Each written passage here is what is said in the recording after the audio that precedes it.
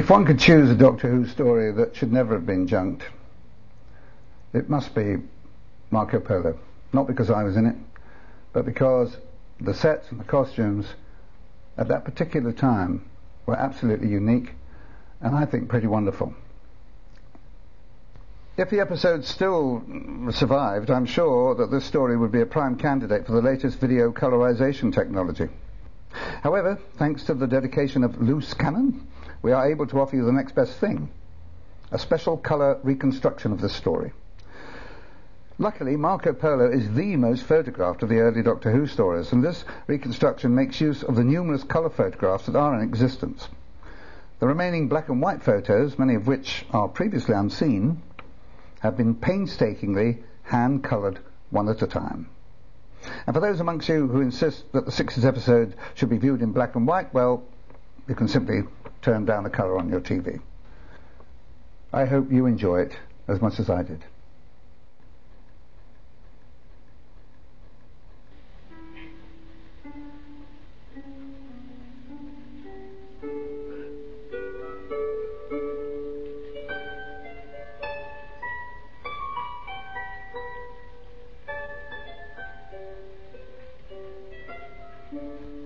I, Marco Polo, Venetian explorer and adventurer, have kept this journal for many, many years.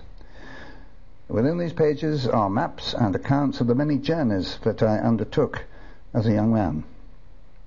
As I reflect on my life, I have accomplished so much. I've travelled to the four corners of Asia and have walked more miles than I care to mention. I have seen sights and wonders in my many years that no one could ever have dreamt of. The magic of the Buddhist monks, strange unearthly creatures, black stones that burn, to name but a few. Strangest of all was the time I encountered 4 travellers with their strange caravan. Yes, I remember now. Let me tell you of that, the strangest of all adventures. It all started 35 years ago in 1289 on the plain of Pamir. Yes, that's right. The plain of Pamir, the roof of the world.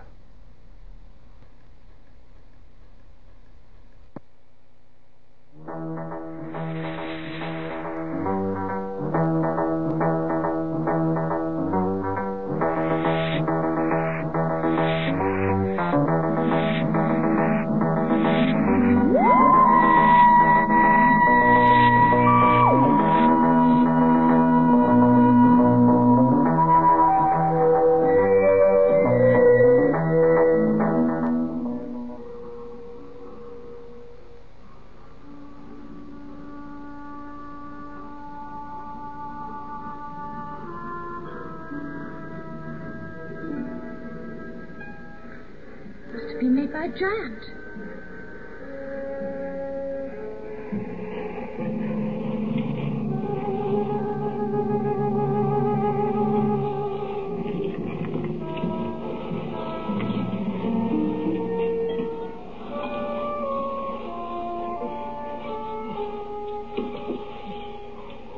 What do you make of this? Well, it could be a perfectly ordinary footprint, Susan. And the sun's melted the edges and made it look a bit bigger. You all right, Doctor? Yes, a little bit out of breath. That's quite understandable. After all, we're several thousand feet above sea level. Do you know where we are then, Grandfather? Well, I directed the ship towards us, and it looks as though I've been successful. But what about that? That's... Well, I can't see anything without my glasses. Anyway, I don't like this place. You'll have to excuse me. I've got a lot of work to do first. You must leave. Barbara, I wonder. Do you think it could be the Earth? If it were, where do you think we could be? In the Alps? Oh, it could be the Andes. Himalayas. Roof of the world. The roof of the world. I wonder. If only... Well, The doctor isn't very reliable, you know. Mustn't count on it. Dear, we're always in trouble. Isn't this extraordinary? It follows us everywhere. What's the matter? All the lights in the ship have gone out. This whole circuit has plugged itself to a cinder, and added to that, it's affected the water. We haven't got any. The water's no bother, Doctor. I mean, we've got snow, plenty of it. But how about the heating? No, the heating as well. Everything's gone to pot. But that's serious. We could freeze to death. Serious? Are you telling... There's no need for you to tell me that, really. I think I'd better try and find some fuel. Fuel? Now, where on earth do you expect to find fuel here? Well, I must try, mustn't I? Oh, well, I wish you luck. I'll come with you, Ian. Thank you. Yes, me too. No, Susan, you stay here. You stay with me, Charles. You might be able to help me. Oh, come on, Barbara. We haven't got much time. Susan, go into the ship and fetch me the 2LO, will you? Yes. You know what it is. Even if I do find the fault, I don't suppose I shall be able to repair it before it gets dark, and then we shall all freeze to death. But, thank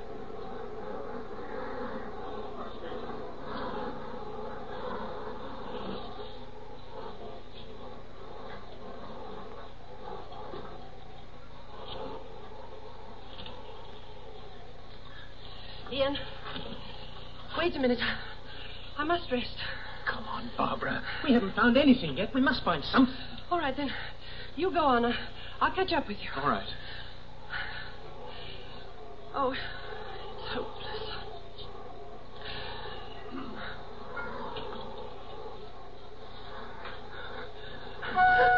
Ian! What is it? What's the matter? There was an animal or something just standing there staring at me. You don't believe me, do you? Well, look at these footprints.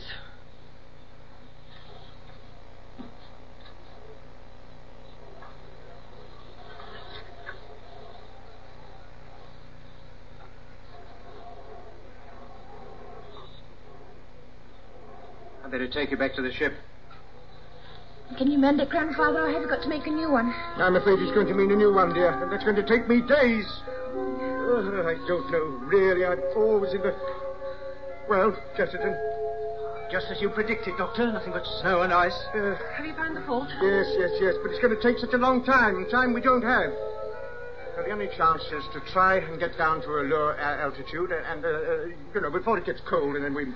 Doctor, there are strange things on the mountain. I saw one of them. What's she talking about now? Well, I only saw a print. Print? What sort of print? Paws? Hooves? What? To tell you the truth, I thought it was made by a fur boot. No, Ian, I'm sure it wasn't human. If it were, that means there's shelter nearby. There. Quick, up to it. It's our only chance of shelter. Come on, Grandfather. All right, yes.